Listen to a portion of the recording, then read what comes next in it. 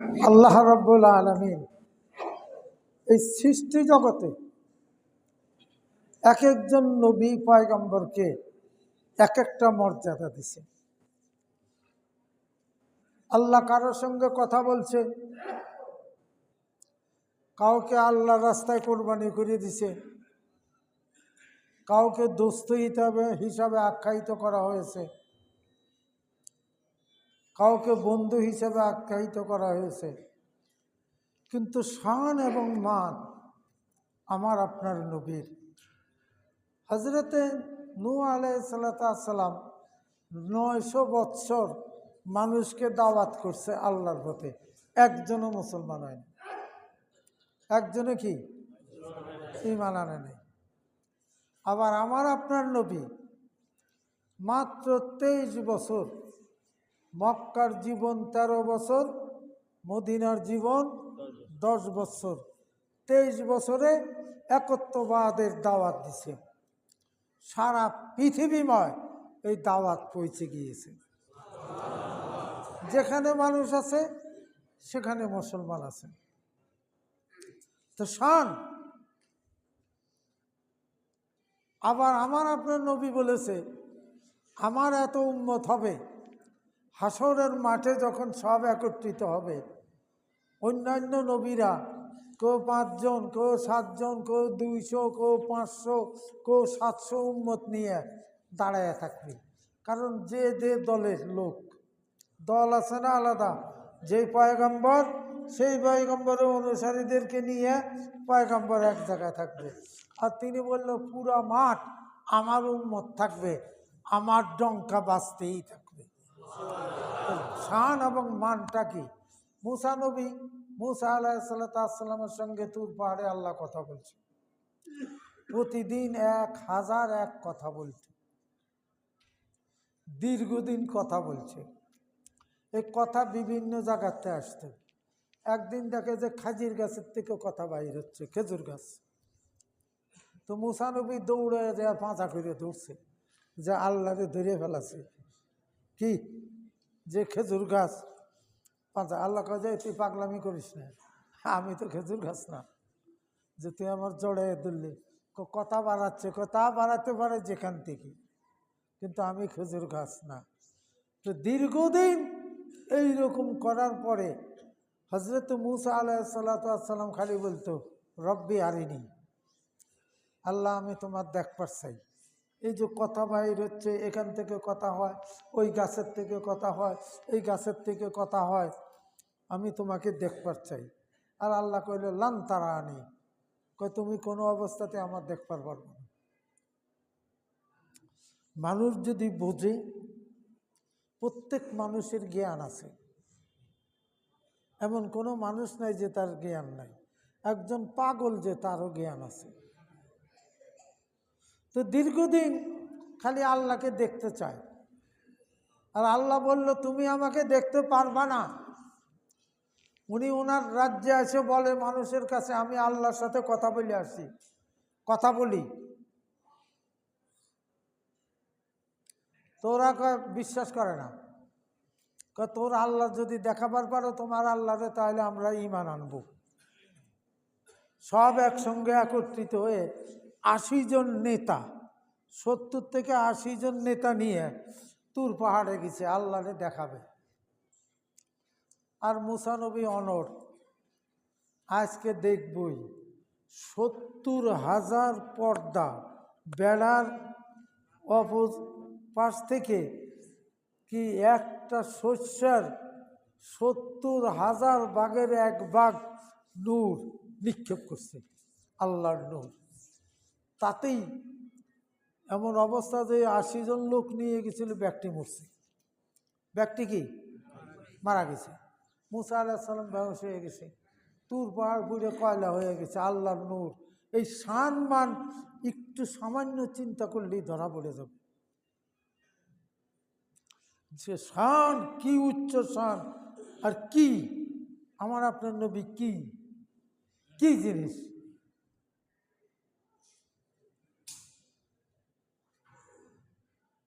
মুসা আলাইহিস সালামের পরে যখন জ্ঞান ফিরে আসছে, কয় যে আল্লাহ আমি এখন কোথায়?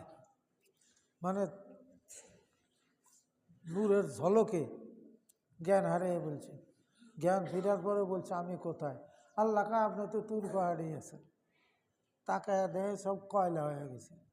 তো কইতেছে তুমি এইরকম সব পোড়ায় কয়লা বানায় ফেললে, আমার তো কিছু করবে ফেললে না।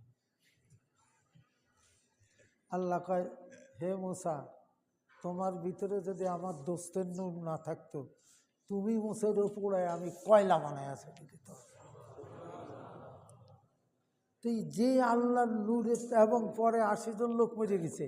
মুসা আলাইহিস সালাম কাজে আল্লাহ এরা তো মরছে, আমি আর ফিরে যাইতে পারবো না, ফিরে গেলে আমারে মেরে ফেলাবে, তুমি দয়া করে আগে তাজা করে দাও। আবার সব তাজা হয়েছে, ফেরত গেছে, কিন্তু তারা ঈমান আনে নাই, কারণ আল্লাহ দেখবার পারে নাই তো। কিন্তু আমার আপনার নবী আজকের এই রাত শবে মেরাজ 27শে রজব, এতই মূল্যবান রাত, তিনাকে আল্লাহ তাআলা তিনি কোনোদিনে কয় নাই, বলেন নাই, ইচ্ছা করেন নাই যে আল্লাহ আমি তোমারে দেখবার চাচ্ছি, তোমার বাড়ি দেখবার চাচ্ছি, তুমি যেখানে থাকো, তোমার রাজত্ব কারখানা যেখানে বসে পরিচালনা করো, সেই স্টেশন দেখবার চাচ্ছি, সেই অফিস আদালত, কোনোদিনে বলেন। কিন্তু আল্লাহ তাআলা নিজে ইচ্ছা করে তিনার দোস্তকে আল্লাহ আরশ মহল্লায় নিয়ে গিয়েছেন। তার মানে তিনার দোস্তের যে কি মর্যাদা, তিনার পা লাগানোর পরে, তিনার জুতার ধুলা লাগার পরে আরশ মহল্লা আরো সম্মানিত হবে। কোরআনটা একটা খোলা চিঠি, 23 বছর ধরে চিঠি আসছে, আজকে অল্প একটু চিরকুট, কালকে 1 পাতা, পরশুদিন 2 পাতা, তারপরের দিন 1.5 পাতা, কোনো দিন হাফ পাতা, এইরকম সব চিঠি এক জায়গায় করে 30 পারা কোরআন হয়েছে। তো চিঠি যখন আপনি লেখেন একজনের কাছে, দেখেন চিঠিতে আপনাদের এখন চিঠি মিঠি লেখার কম, এখন চিঠি নাই, এখন আছে মোবাইল। তো চিঠি লিখে বলে কি জানেন, সাক্ষাতে কথা হবে, বলে কি বলে না? এরকম লেখে কি লেখে না চিঠিতে? চিঠি দিয়েছে বন্ধুর কাছে, তারপরেও লিখছে সাক্ষাতে কথা হবে। আল্লাহ তাআলা এত চিঠি দিছে, দিয়ে কইছে দোস্ত সাক্ষাতে হবে কথা। 51 বছর 8 মাস 20 দিন বয়সের সময় রাত দিবরিক শানটা কি, এবং এই টাইমটা উনি মেয়েরাজ শরীফতে ঘুরে এসে দেখে অজু করছে, পানি গড়াইয়া যাচ্ছে, দরজা টান দিয়ে রেখে গেছে, কড়া নড়তেছে, বিছনার থেকে উঠে গেছে যে বিছনা গরম আছে, কিন্তু এর ভিতরে 27 বছর পার হয়ে গেছে। কত বছর? আল্লাহ রাব্বুল আলামিন সময়টাকে স্থির করে দিছে, একদম স্থির, সময় আর লড়বে না, স্থির। তিনি যে যাচ্ছেন, তিনার এই দুনিয়াবি কোনো পোশাক ছিল না, পোশাকটাই আল্লাহ রাব্বুল আলামিন জান্নাত থেকে পাঠিয়ে দিয়েছেন, এবং যাতে চলে যাবেন, কোনো রকেট ফকেট কিছু না। তিনারই ইচ্ছা করলে ফেরেশতারা কাঁধে করে নিয়ে যেতে পারতো, পারতো কি পারতো না?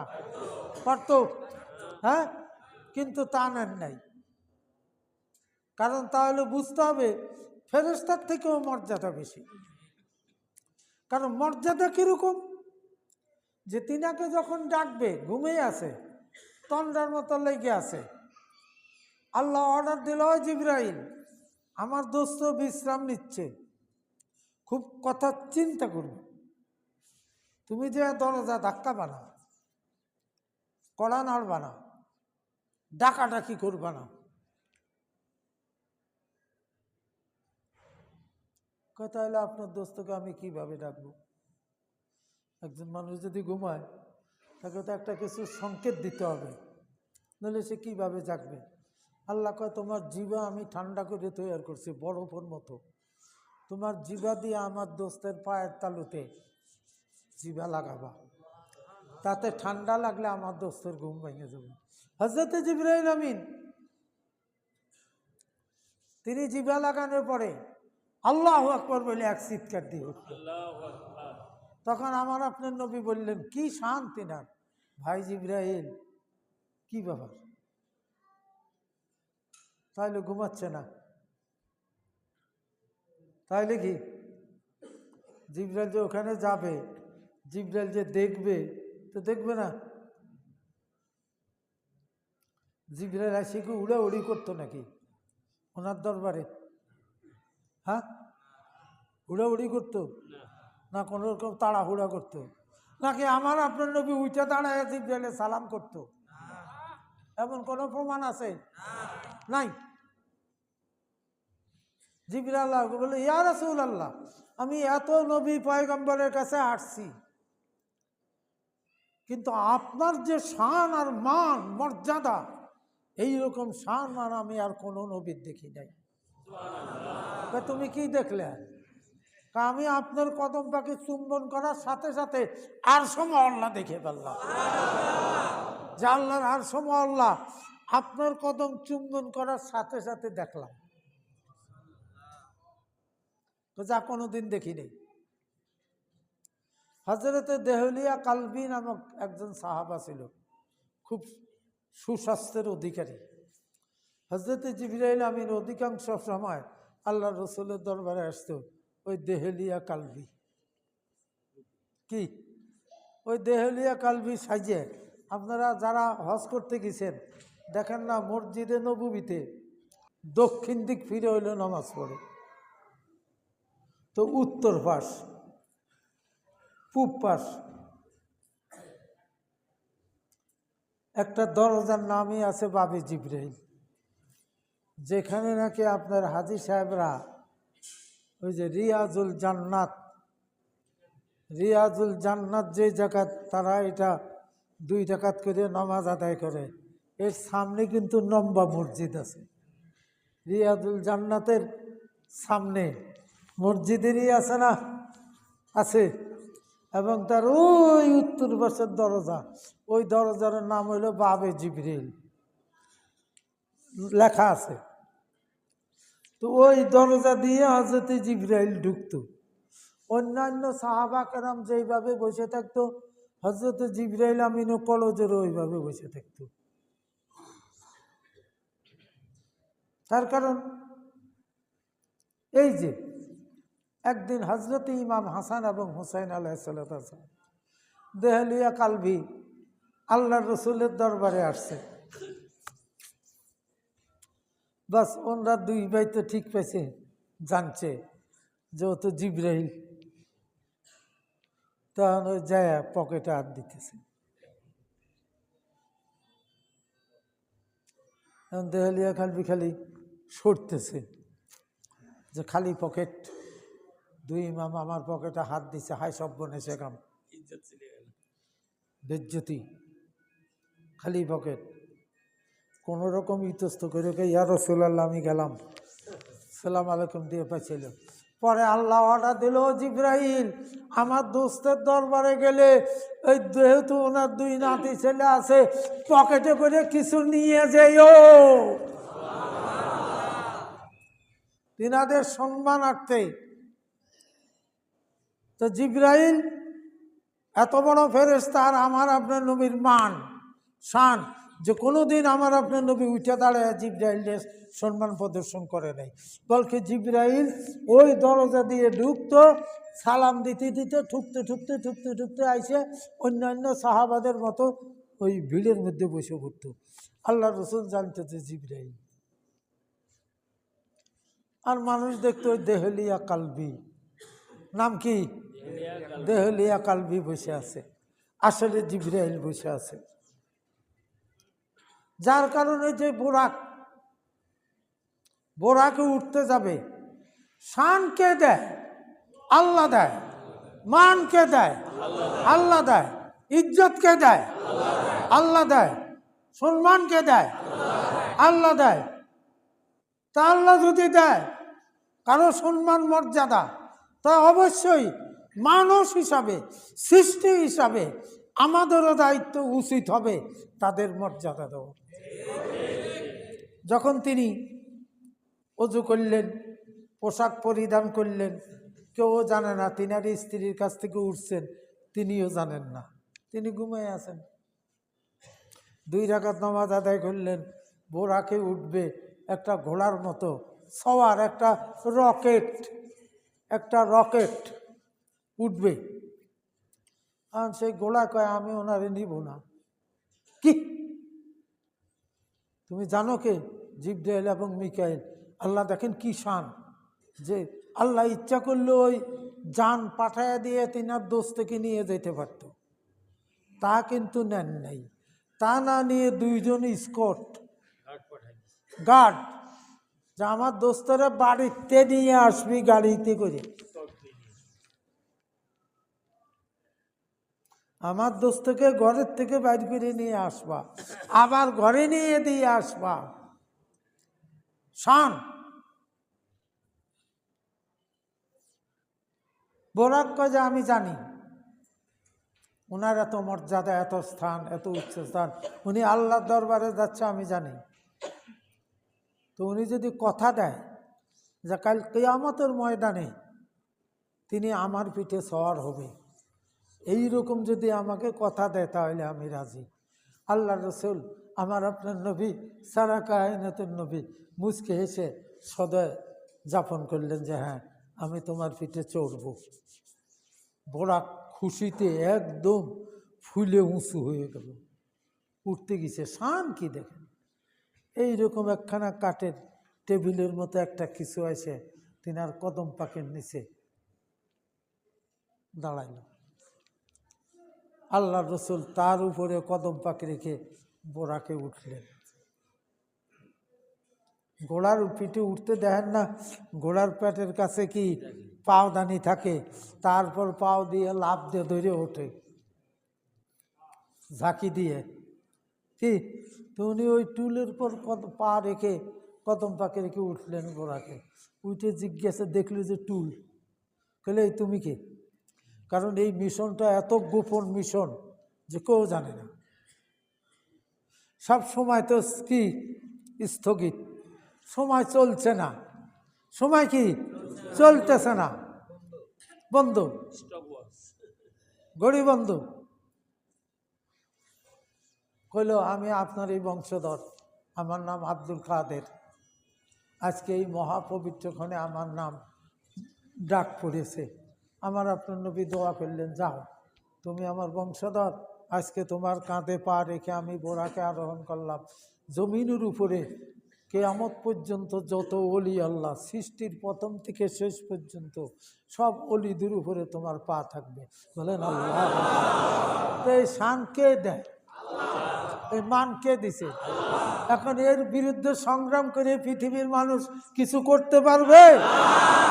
যে জ্ঞানী আকলমান, যে আল্লাহ আল্লাহ রসুলের প্রেমিক পাগল, সেই কথাকে বিশ্বাস করে হুজুরে গাউসে পাক সম্মান করবে না? ঘোড়াকে চলে যাচ্ছে।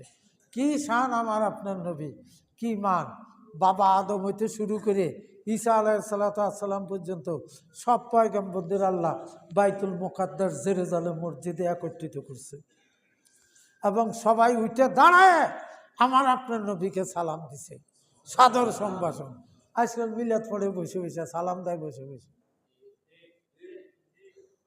তার মানে ওরা নবীকে চেয়েও বেশি জানে, ওরা কি নবীকে চেয়ে বেশি জানে, পয়গম্বরের চেয়ে বেশি জানে। সর্বপ্রথম বাবা আদম আলাইহিসসালাম আজ্ঞে এসে মোসাফা করল যে মারহাবা, আমার আদম সন্তানের মধ্যে আল্লাহ তোমাকে এত উচ্চ স্থান দান করছে যে আমি এতেই খুশি। সব নবীরা তিনার সাথে করমর্দন করছেন, দেখেন না। এখন আল্লাহ রসুলের সামনে দুরুদ পড়তে গেলে দুরুদ পাঠ করে কি? দুরুদ ইব্রাহিম। কি দুরুদ পাঠ করে? শান মান হইল আমার আপনার নবীর, পাঠ করে দুরুদ ইব্রাহিম। কত বড় নির্বোধ এইগুলি, যদি কত বড় মূর্খ। শান মান হইল আমার আপনার নবীর, ওই ইব্রাহিমেরও নবী, ওই ইসহাকেরও নবী, বাবা আদমেরও নবী, যত নবী রসুল পয়গম্বর প্রত্যেকেরই আমার আপনার নবী কি? তিনাদেরও আল্লাহরও কি নবী। মর্যাদা দিতে জানি না আমরা, যে স্থান মর্যাদা দেওয়া দরকার জানি না। সব নবীদের সঙ্গে করমর্দন করলেন, সব নবীরা তিনাকে সালাম দিলেন, সাদর সম্ভাষণ জানাইলেন, তারপরে 2 রাকাত নামাজ পড়াইলেন, তিনি ইমাম। সব নবীরা তিনার মুসল্লি, জিবরাইল মিকাইল তিনার মুসল্লি। আবার সেখান থেকে উর্দু আকাশে রওনা দিলেন। প্রথম আসমানে কিতাবে লেখে, এখন আসলে কি মোল্লা মৌলবীকে দোষ দিয়েও লাভ নেই, যা লেখা আছে তাই তো পড়বি, লেখা আছে যাই তো পড়বি।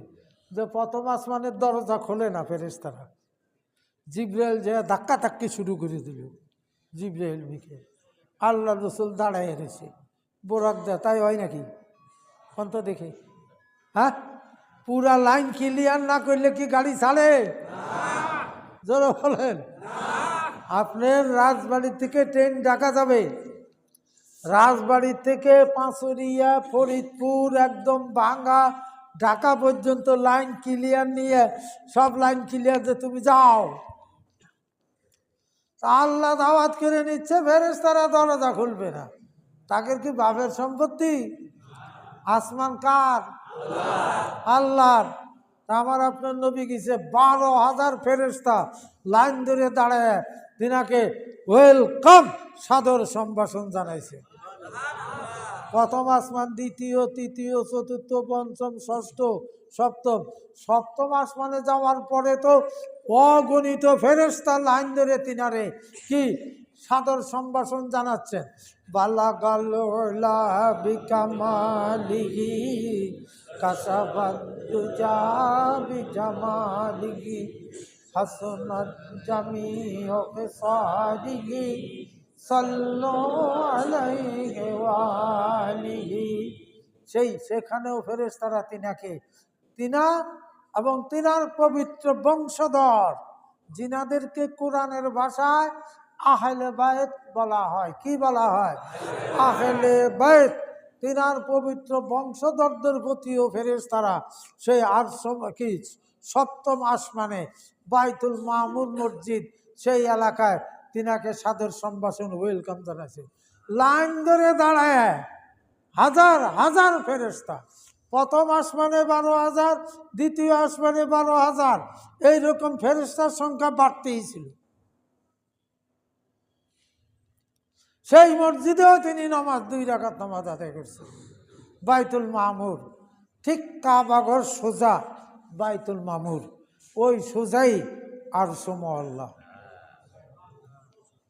এবার উপর দিক সোজা উঠবেন আর এম্বা উঠবেন, গিছে তো সোজা, এরকম তাড়া না, একদম সোজা তীরের মতো। সে বাইতুল মামুর, সেখানেও 2 রাকাত নামাজ আদায় করার পরে জিবরাইল মিকাইল বলল, ইয়া রাসূলুল্লাহ, ইয়া হাবিব আল্লাহ, এই পর্যন্তই আমাদের স্টেশন শেষ। যেই ট্রেনে আপনাকে নিয়ে আসা হয়েছে, আমরা এবং এই ট্রেন আর যাবে না। কেন? কই এর থেকে 1 চুল আগাইলে আল্লাহর নূরের তাজাল্লিতে আমরা পুড়ে সব ছাই হয়ে যাব। আমার আপনার নবীর শান কি, কি মান! কয় ভাই জিবরাইল, তাহলে যাবানে কেমবা?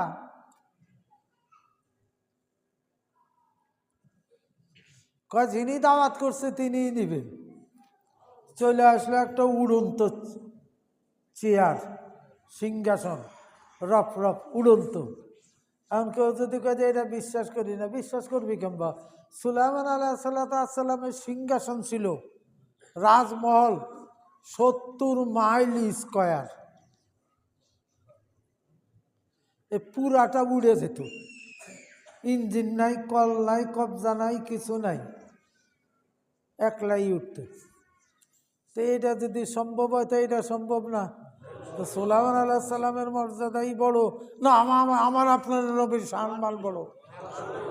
সুলাইমান আলাইহিস সালামের সম্মানই বড় নাকি রসুল পাক সাল্লাল্লাহু আলাইহি সাল্লামের সম্মান বড়? তাহলে চলে আসছেন সেই নূরের রহমত। অধিকাংশ তাফসীরে কোরআন শরীফে এই কথাটা আছে, সুবহানাল্লাযী আসরা বিআবদিহি লাইলাম মিনাল মাসজিদিল হারামে ইলাল মাসজিদিল আকসা। দেখছেন, করছে আমি আমার বান্দাকে, এই সবে মেরাজ অর্থ কি? উর্দু আকাশে ভ্রমণ, ফার্সি ভাষা, এটা কিন্তু সাক্ষাৎ না। মেরাজটার অর্থ কি? উর্দু লোকে গমন।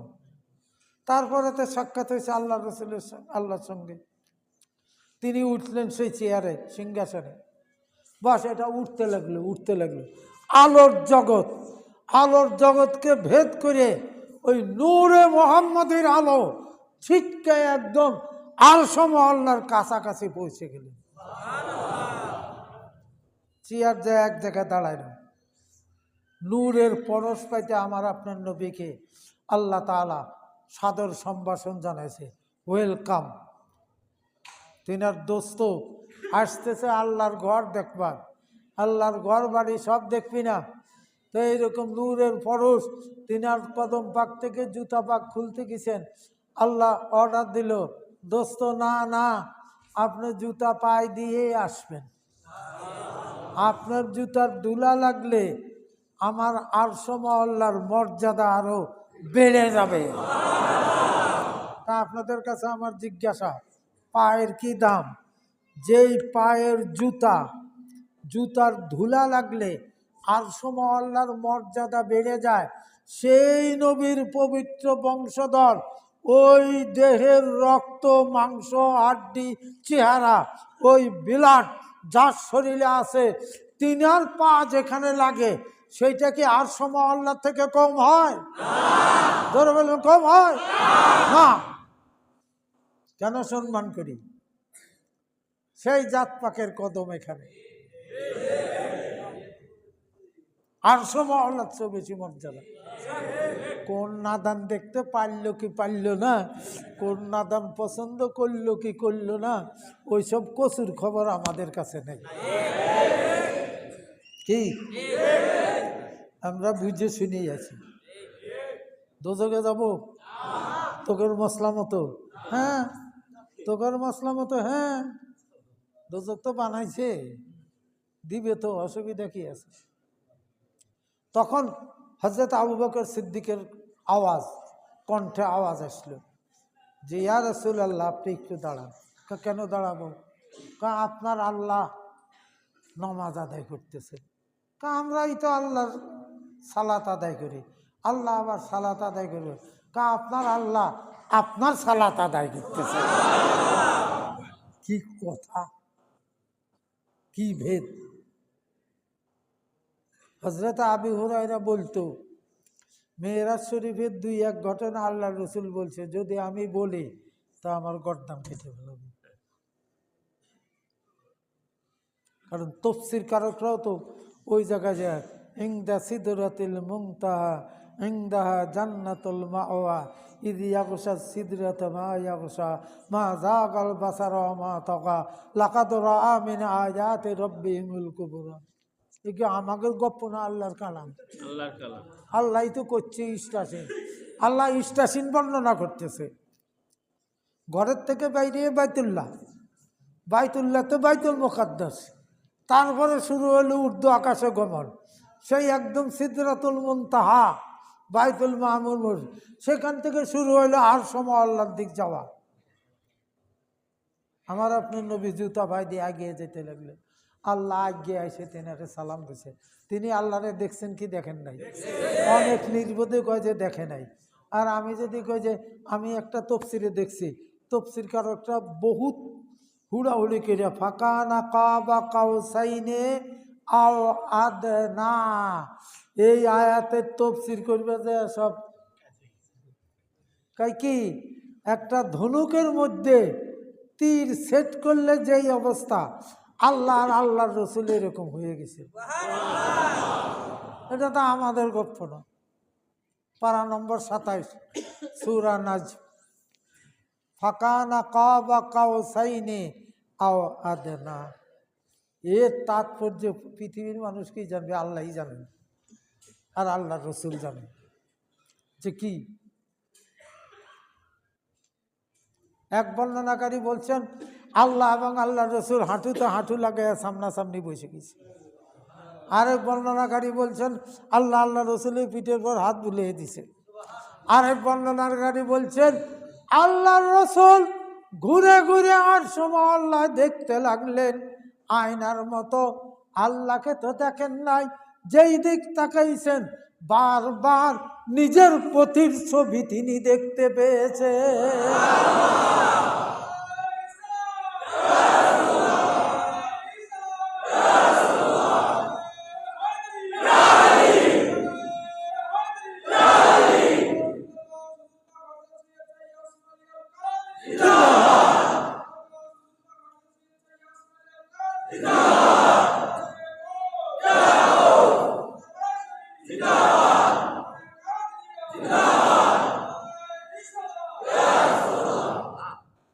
এই যে তখন আমার তফসির কারক বলছে আয় মোহাম্মদ তু খুদা নেই